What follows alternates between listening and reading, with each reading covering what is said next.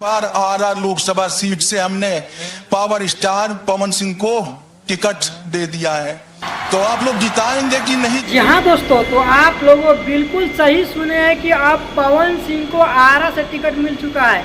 और आरा के सांसद जो पहले थे आर.के. सिन्हा, अब उनको मोतिहारी के लिए टिकट काट दिया गया है। और आर.के. सिन्हा का टिकट अब मोतिहारी से काट देकर वहीं पे राधा मोहन सिंह का पता कटवा दिए पवन सिंह। आगे दोस्तों सुनाएंगे कि अमित शाह और क्या कुछ बोले हैं। बिहार की राजनीति में इस बार बहुत बड़ा भूचाल आने वाला है, क्योंकि इस बार आरा लोकसभा सीट से हमने पावर स्टार पवन सिंह को टिकट दे दिया है।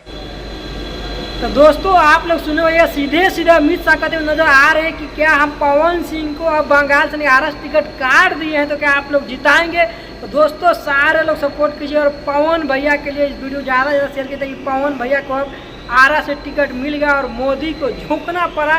पवन सिंह भैया जो बोले थे कि हम अपने घर से अपने आरा से लड़ेंगे, और वाकई में मोदी का भारतीय जनता पार्टी को आरा से टिकट देना पड़ा।